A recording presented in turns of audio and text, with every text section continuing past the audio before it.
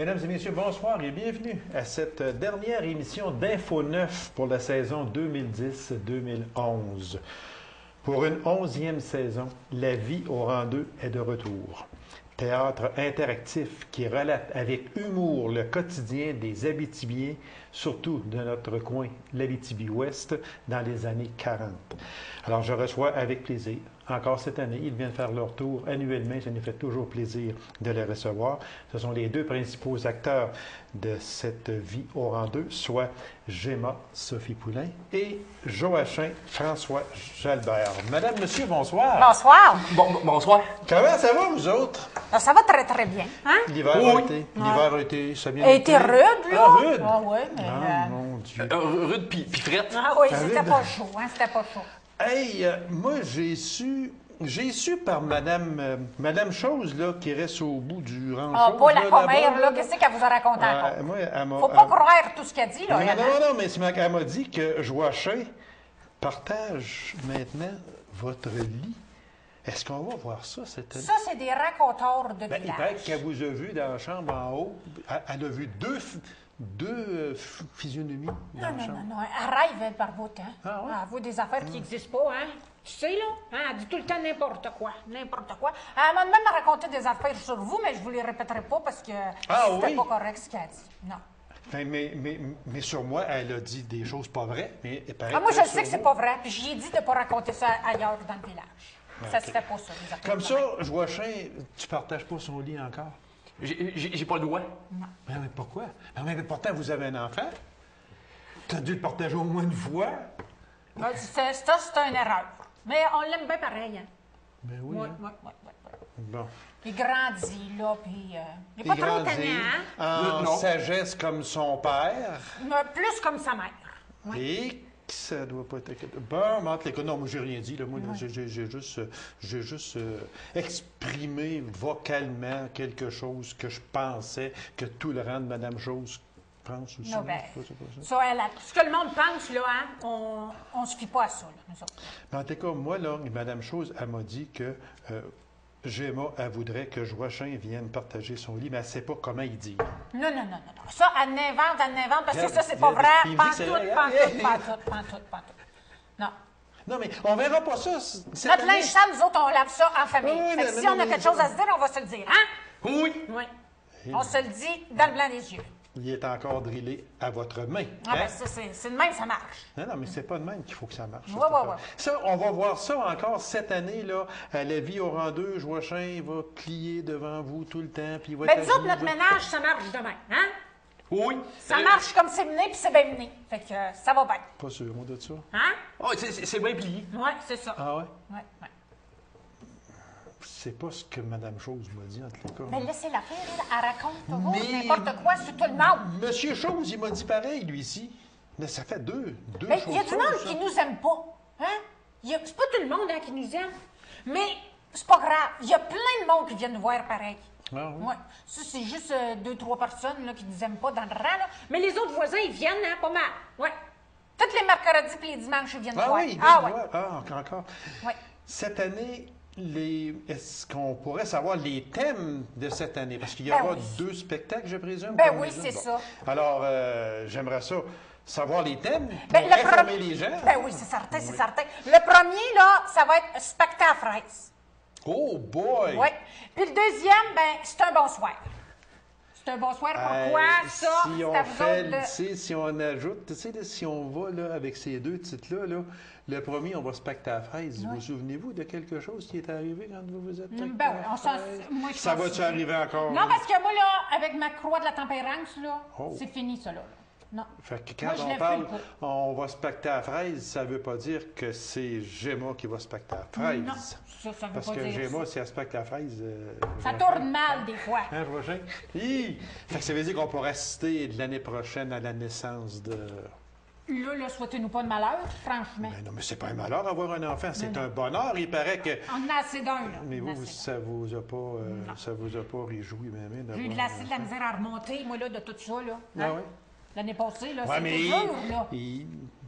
on va specter à fraise, faites attention, c'est arrivé, ça. En tout cas, hein? si vous voulez savoir qui c'est qui va se Il va passer, falloir y aller. venez nous Hey, voir. et voilà. C'est Mais ça, hein? pour pour y aller, vous voir, il faut savoir c'est quand, les dates, Ah etc. oui, Il faut tout savoir ça. Là. Mais c'est comme d'habitude. Hey, ça fait 11 ans là, qu'on vous reçoit. Là. C'est vrai. Hein? C'est vrai 11 que ça ans, fait là, qu'on n'a pas 11 ans. changé encore. Là, hein? C'est toujours le mercredi puis le dimanche à 14h. Le premier thème, là, spectacle à fraise, là, ça va être le 3, le 6, le 10, le 13 puis le 17 juillet. OK. Puis après ça, c'est un bonsoir, ça va être le 20, le 24, le 27 puis le 31 juillet. Fait que là, nous autres, vous pourrez venir nous voir tout le mois de juillet. Ah, bon. Oui, du 3 au 31, on est là, dans notre grange. Est-ce qu'il va y avoir des nouveaux personnages cette année? Ben là, Parce que c'est un bonsoir pour ça, là. Je sais pas, mais c'est un bonsoir pourquoi? sûrement qu'il va y avoir des nouveaux personnages, mais là c'est parce que Midhouse, là, ça se souvenez de Midhouse, là? Oui, oui, oui, Oui, oui, on s'en souvient. Qui avait de des ça. idées de fou dans la tête. Non, c'était des À bonnes Chouachin, idées là, qu'il j'ai avait, pu le c'était- tenir en dehors de la maison, là. Mais là, il va revenir. Mais là, il rentre encore. Eh, OK. Fait que ça veut dire Il va que ça falloir va que je me choque, là, mais j'aurai Non, pas non, le non, choix. non, non, non. Non. Pas besoin de te choquer. Alors, il reste à peine 1 minute. Donc, on a les dates. Nous avons... c'est une entrée gratuite, il Ben faut oui, le dire. c'est Puis ça. si vous avez aimé ça, là, c'est une contribution volontaire, tout Oui, simplement, c'est pour ça. aider au décor, etc. C'est ça. Ce n'est pas un salaire et loin de ça.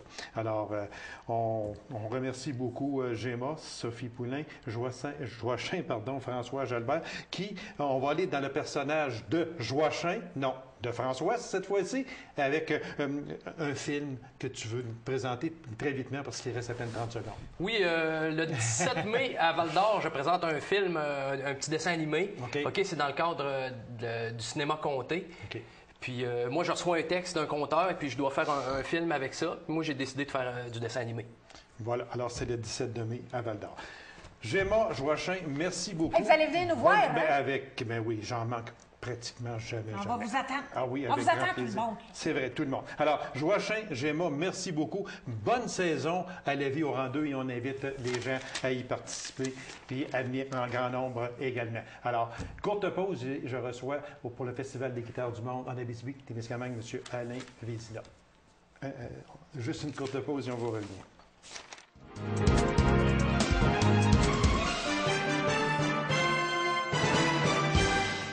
La 7e édition du Festival des guitares du monde de l'Abitibi-Témiscamingue revient encore cette année avec une pléiade de vedettes et une programmation encore extraordinaire.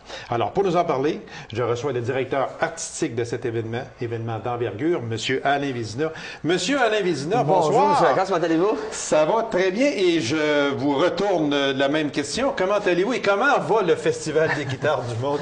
Le festival va très bien, je le crois. Et vous aussi, Et oui. je vais très bien, évidemment.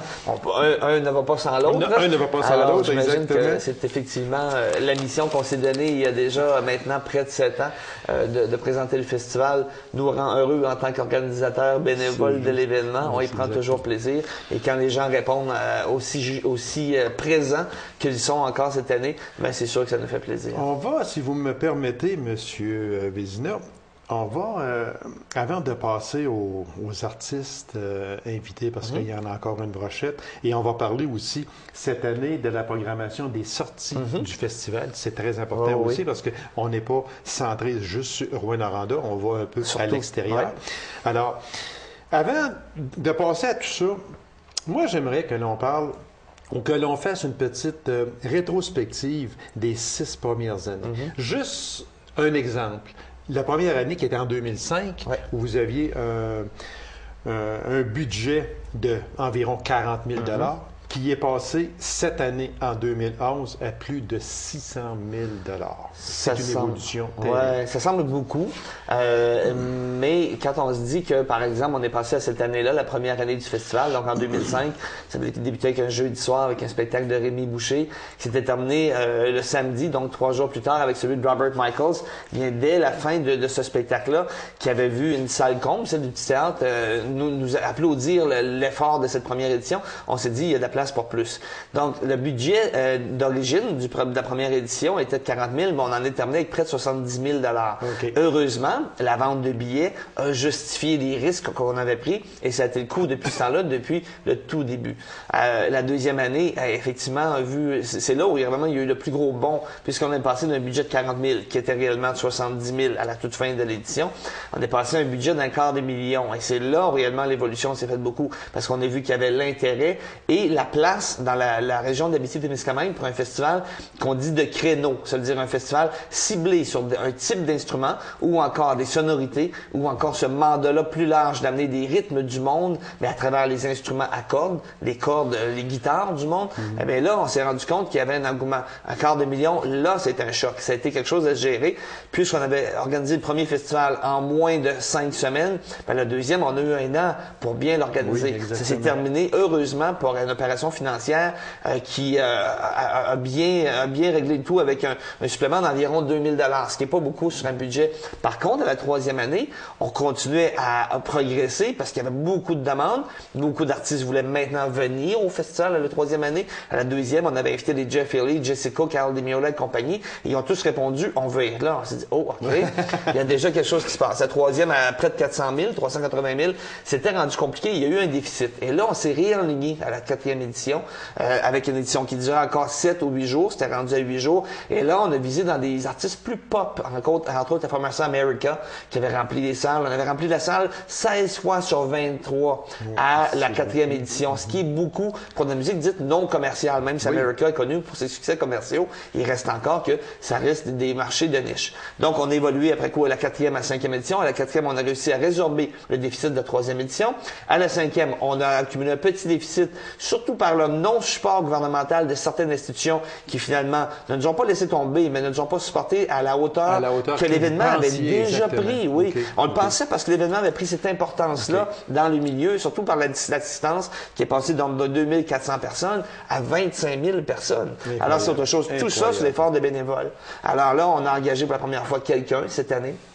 Et on s'est dit, on doit s'organiser pour qu'on arrive avec aucun déficit. Il faut réellement pouvoir planifier chacune des dépenses. Tout est rendu fragile. Et pour éviter que cette fragilité-là fasse tomber ou menace la pérennité de l'événement, mais cette année, pour la 7e, on dit plus métier d'édition, pour le 7e Festival des guitares du monde, on a cru vraiment nécessaire d'engager quelqu'un qui coordonne les efforts de tous nos bénévoles parce que ça devenait une tâche trop dure pour moi, qui a été le coordonnateur pendant 6 ans. Maintenant, je m'occupe que de la direction artistique et une partie de la mise en marché. Donc, il y a une évolution en 6 ans, vous avez bien raison, qui était assez particulière. Pour Alain Vézina, si on fait un recul, là, on en fait un, on va refaire un autre recul. Est-ce que pour Alain Vézina, en 2005 ou peut-être même en 2006, est-ce que Alain Vézina a pensé, ne serait-ce qu'une seconde, qu'à une 7e édition, on serait rendu aussi majestueux, il n'y a pas de mots pour le dire, aussi grandiose, aussi mondial.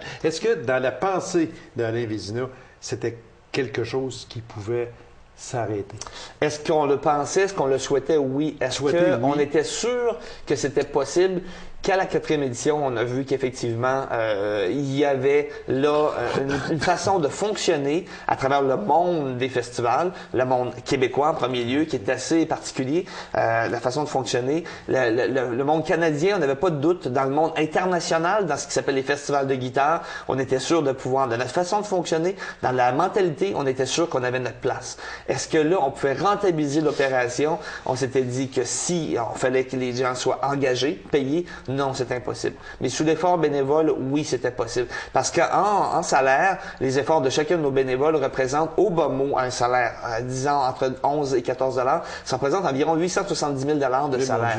Alors, le festival serait impossible. Non, sinon, par des supports gouvernementaux sur lesquels on ne veut pas avoir à compter. On veut pouvoir être indépendant. Mais est-ce qu'on visait, est-ce qu'on voyait ça? On le voyait dans à peu près une période de 10 ans. C'est allé beaucoup plus vite, ça a pris 4 ans. Maintenant, la 7e édition, certains festivals prennent 15 à 20 ans avant de se faire cette place-là. Nous, on le fait en 7 ans parce que les gens d'Abitibi-Témiscamingue s'identifient à l'événement, se déplacent, ils viennent et l'événement se déplace vers les gens des autres villes que celle de Rouyn-Noranda. Vous en parlez avec les sorties du festival. Exactement. Dans les fils de presse, on remarquait que dans ce budget d'environ 600 000 $, 42 provient des entreprises du Rouyn-Noranda régional, 34,7 vente vente de billets, c'est quand même beaucoup. Ouais. Et puis 17 de subventions des gouvernements et le reste en promotion de divers produits ou en Oui, vente. produits C'est dérivés, ça. effectivement. En produits C'est la dérivés. façon que sont répartis les revenus. Ce qui est beaucoup, vous dites, dans la vente de billets, c'est exceptionnel. Les festivals ne comptent pas normalement sur Vous êtes à 40 guichet de fermé revenus. souvent. On dit guichet fermé, ces salles sont combles. Okay. On ne dit plus le mot guichet fermé Okay. parce qu'effectivement, ils se libèrent des places souvent avant les spectacles. D'ailleurs, cette année, déjà 5 spectacles annoncent salle comble. Et on dit aux gens, présentez-vous parce qu'il y a des gens qui ont des passeports qui ne se présentent pas. Oui. Ce sont des salles qui, si on veut se tasser un peu, on peut le faire. Mais on veut éviter l'inconfort. On veut éviter on ne veut jamais compromettre la qualité du confort des spectateurs, important. le son, le positionnement de l'artiste en tant que tel. Ça, c'est Éviter essentiel. l'inconfort, ça j'aime ce mot-là, éviter l'inconfort, parce que très souvent, et malheureusement, on tend souvent excusez l'expression, à bourrer une salle. Puis, moi, je l'ai quasiment pas vu, j'étais en arrière complètement là-bas, puis j'avais du monde devant moi, puis c'est ça que vous voulez éviter. Malheureusement. On voit maintenant, il y a une tendance qui est confirmée depuis environ 10 ans en Amérique du Nord. Les gens, et c'est particulier d'en parler de ça, qui se sentent un peu seuls dans la vie, aiment se retrouver dans des endroits où il y a beaucoup, beaucoup de monde. Si on n'est pas agorophobe, là, tout va bien.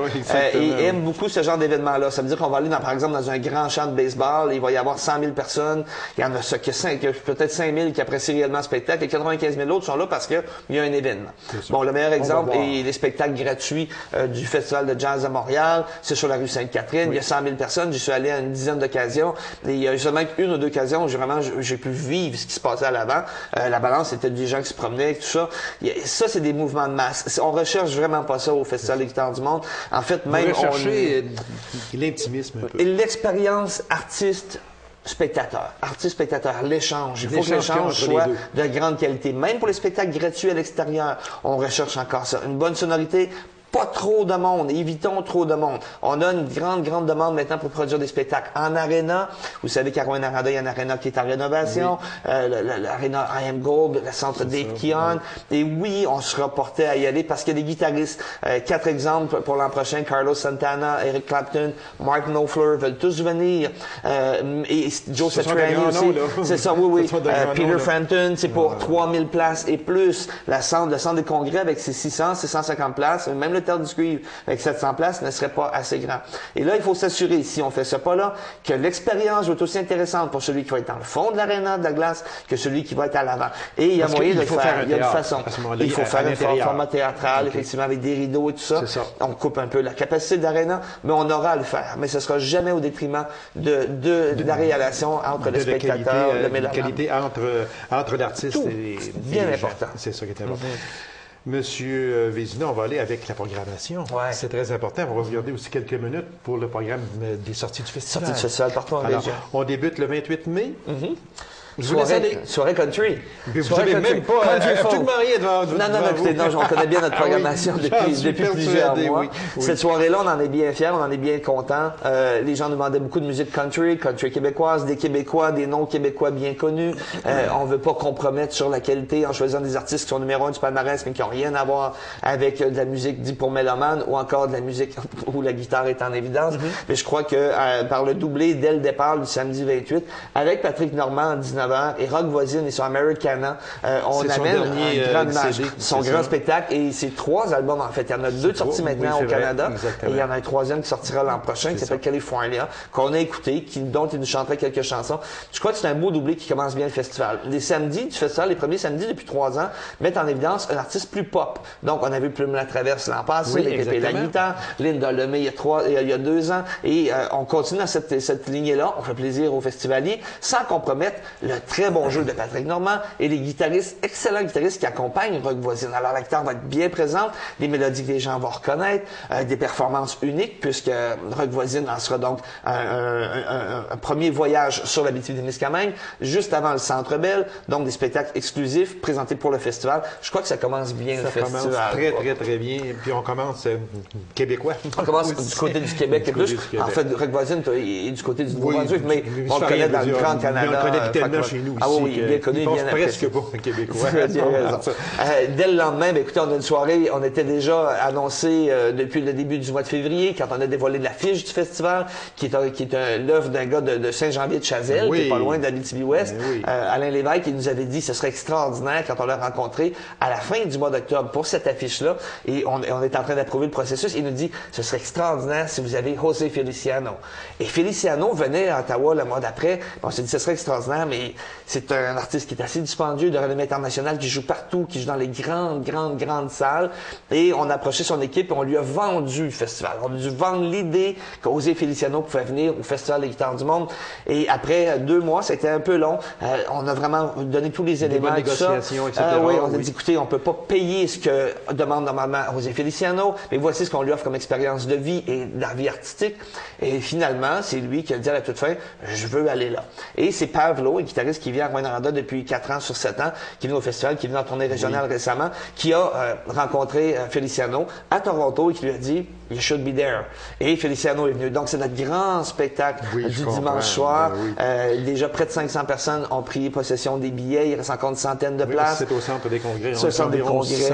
Oui, il va être accompagné de plusieurs musiciens. C'est ses grands succès, c'est sa voix particulière, c'est son très, très bon toucher de guitare qui va compléter cette soirée, qui commence dès le début de la soirée avec un spectacle en après-midi pour la première fois de Saltarello, qui a lancé son nouvel album, le 4e. Oui, Luc et Julie sont venus vous rencontrer. Donc, Mind World sera lancé. Une dizaine de musiciens, un spectacle à grand déploiement. Et plus tard, l'ensemble Les Goebel, aussi originaire de la région, et l'excellent Tango Boréal, dans un spectacle facture classique, mais argentine, avec le tango des compositeurs contemporains, Piazzolla évidemment, et quelques autres. Ça va être un très beau dimanche dès le départ. Déjà, on a juste 2 jours de nommer, puis il y a déjà beaucoup d'amusement. Oui, à ne pas manquer. On est rendu au lundi 30 de mai. Lundi 30, c'est un guitariste, c'est particulier parce que c'est le guitariste qui a le jeu pour le plus de spectateurs l'an passé, donc 2009-2010 aux États-Unis et dans l'ensemble du monde. Il s'appelle Tim Reynolds. C'est le guitariste du Dave Matthews Band, de Dave Matthews aussi. Collaboration des deux. Dave Matthews est la tournée la plus lucrative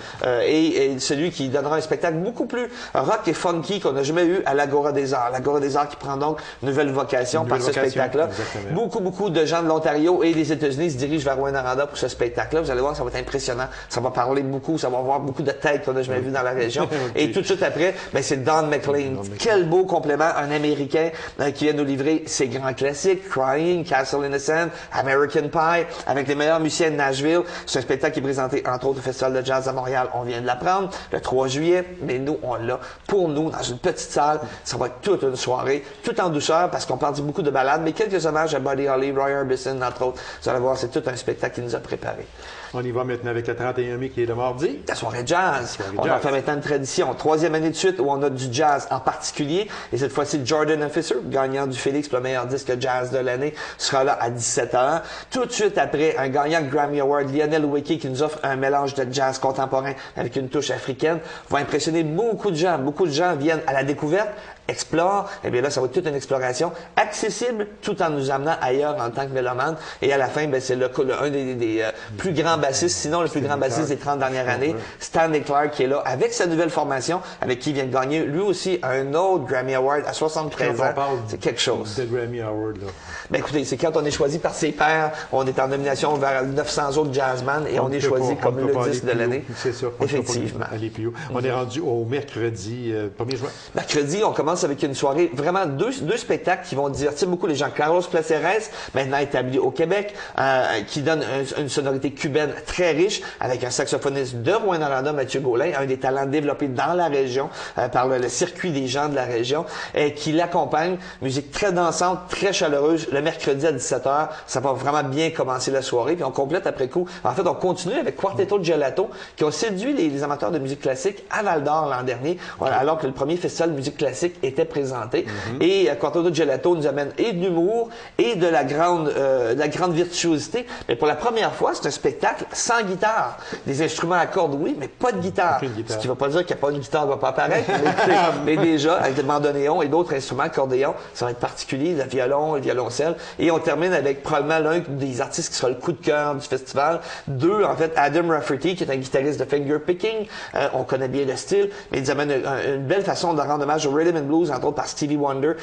Il ouvre pendant environ 40 minutes, ce qui devrait être un des charmes du festival. Joe Robinson, jeune protégé de Tommy Emmanuel, qui était l'un des favoris l'an passé, l'Australien. Mais c'est un autre Australien. Il avait seulement 19 ans, il aura 20 ans la semaine avant de nous arriver, et qui a déjà une carrière super enviable, a gagné Australians Got Talent, fingerpicking, un divertissement extraordinaire. Là, j'aime pas vous dire ça, mais je suis obligé de vous On dire est pressé, que hein? là, il va falloir Oui. aller plus vite parce qu'on n'aura pas le temps de parler des sorties du festival. Ben, écoutez, on est rendu au 2 juin. Jeudi 2 juin, on accueille, entre autres, en grande soirée à 21h, Craig Chaquiso, qui était le guitariste de Jefferson Airplane, Jefferson Starship et Starship. C'est un grand écrivain, il écrit très bien. C'est un spectacle multi-style. Il va commencer en jazz, passant par le blues, une petite touche classique, et tout à coup, va devenir plus rock et très pop. 1h30, ça va voir, ça va être vraiment avec 5 musiciens, lui aussi. Un bel accompagnement. Juste avant, on a Roberto Lopez, son projet, avec musique très, très chaude. Et on a un 5 à 7 aussi qui est assez demandé. On a des gens qui nous disaient ce serait bien d'avoir une musique un peu arabe, un peu marocaine. Barbara Trans sont au Canada, dans l'Est du Canada, la formation sûrement qui a parlé d'elle. Découverte musicale de Radio-Canada récemment, gagnant de 2 ou 3 concours, 6 musiciens, une musique un peu afrobeat à la fois. Ça va être un coup, très très beau coup pour débuter ce jeudi. On est rendu au vendredi. Vendredi, là, on commence le week-end. C'est 2 jours. On a évité un dimanche cette année. C'est un samedi. Dimanche, quand même quelques spectacles gratuits, mais la programmation se terminera le samedi soir. Donc le vendredi, on commence très fort avec une formation pop rock. Matt Laurent, guitariste, on sait, de Sylvain Cossette, entre autres, sur ses 3 derniers albums, qui a décidé, avec des ukulélés, de nous rendre des chansons des années 80. Le spectacle est déjà à guichet fermé, celui-ci l'est réellement, mais ils donneront, on dit tout de suite, un spectacle gratuit le lendemain, dans lequel on tournera un vidéoclip pour la formation. Ce sera gratuit, donc le lendemain, le samedi, alors que les gens qui viendront vers Rwanda pour les spectacles gratuits pourront les voir en plein air. On a réagi rapidement à cette situation-là et ils seront aussi en tournée dans la région. Alors, Lucky Luke, très bon. Lucky Luke pour ukulélé, ça va être très bon. Et suite après ça, avec la plus grande tête d'affiche classique qu'on a accueillie jusqu'ici, avec Pepe Romero, on a Emmanuel Barueco, Rémi Boucher, mais Sharon Esbin est la guitariste classique la plus primée des 25 dernières années. C'est une grande dame, 3 Grammy Awards, ce qui n'est pas rien dans le monde de la musique classique. Et elle sera là. Et on termine avec Matt Anderson et Guitar Explosion, une soirée blues. Matt Anderson qui a séduit les bluesmen, les amateurs de blues, il y a 2 ans, en première partie de Rick Emmett, nous revient avec un vrai spectacle à lui. Guitar Explosion, ben, c'est 3 gars qui, en guitare, un peu guitare acoustique et un peu rock à la fin, vont nous livrer des classiques du blues, quelques interprétations. Ça va être super avec Paul Deslauriers, entre autres, et Steve Strongman. Et on termine avec le samedi 4 de juin. Oui, avec Wesley, la formation qu'Alain Brunet dit dans la presse être la plus belle exportation de Montréal et envoyée depuis Arcade Fire. C'est vraiment une formation avec le son reggae et eux aussi afrobeat qui va nous impressionner. Très, très riche. Vous allez voir, les gens vont voir là on dit pas un Bob Marley, mais un grand talent de la musique reggae et des rythmes du monde qui va faire un très long bout de chemin. C'est un authentique talent dans les rythmes du monde qui va vraiment à 7h, plutôt à 17h, impressionner les gens. Et à 19h, ben écoutez, Pepino D'Agostino devait revenir, il nous revient avec son nouvel album. Lui aussi a séduit ses 2 derniers passages des grandes salles. On le remet à l'Agora des Arts. C'est la première fois que l'acoustique de l'Agora des Arts servira à plein. Et Jesse Cook et son Rumba Foundation viendront nous séduire, eux, à la toute fin à 21h. Les concerts se donnent aux endroits? Toujours à 17h au Petit Théâtre du Vieux-Noranda, que c'est à 19h, c'est à l'Agora des Arts, et à 21h au Centre des Congrès de Montréal. Très vite, du 28 mai au 4 de juin, inclusivement. En plus de la programmation alentour, les concerts gratuits. Et il y a le site aussi qui est là, www.fgmat.com. Très vite, mais il reste à peine 1 minute et demie parce qu'on veut parler des sorties du festival. Déjà, une est passée le 28 avril dernier, Guy Bélanger. Il faut faire très vite. Écoutez, plusieurs artistes se déplacent dans plusieurs villes, autant du côté de la Sarre que du côté de Val-d'Or, Amos, même Malartic. On a même des gens qui vont à Lamotte. Il y a des spectacles partout. C'est des spectacles d'artistes qu'on voulait voir. Élysée Paysac, entre autres, Joran. On voulait revoir Vincent Vallière. On reverra Vincent Vallière. Des artistes à découvrir, Joanne Cantara, entre autres. Et surtout, Shane Phillips, un gars de la Colombie-Britannique qui va séduire avec des didgeridoo et des guitares. Alors, ça va être particulier. Et Marianne Ayermack, le coup de cœur de 2010, nous revient en spectacle intimiste prenant le chemin d'un album au Cabaret de la Dernière Chance. France, ouais. Barbisco, l'entracte, partout. Extraordinaire. Monsieur Vézina, merci infiniment encore une fois. Félicitations à vous et à votre équipe. Ce sera encore un grand succès, j'en suis persuadé. Et une invitation pour septembre prochain pour nous donner le résultat de ce fameux festival. Ça me fait toujours plaisir de vous recevoir, M. Vézina, et continuer votre excellent travail. Merci beaucoup. C'est moi qui vous remercie. Alors, mesdames et messieurs, c'était la dernière émission de Info 9 pour la saison 2010-2011. Merci d'avoir été là, d'avoir été si fidèle tout au long de cette saison. Passez un bel été et puis soyez surtout très prudents. Et n'oubliez pas, le Festival des guitares du monde, c'est à ne pas manquer. Merci. À la prochaine.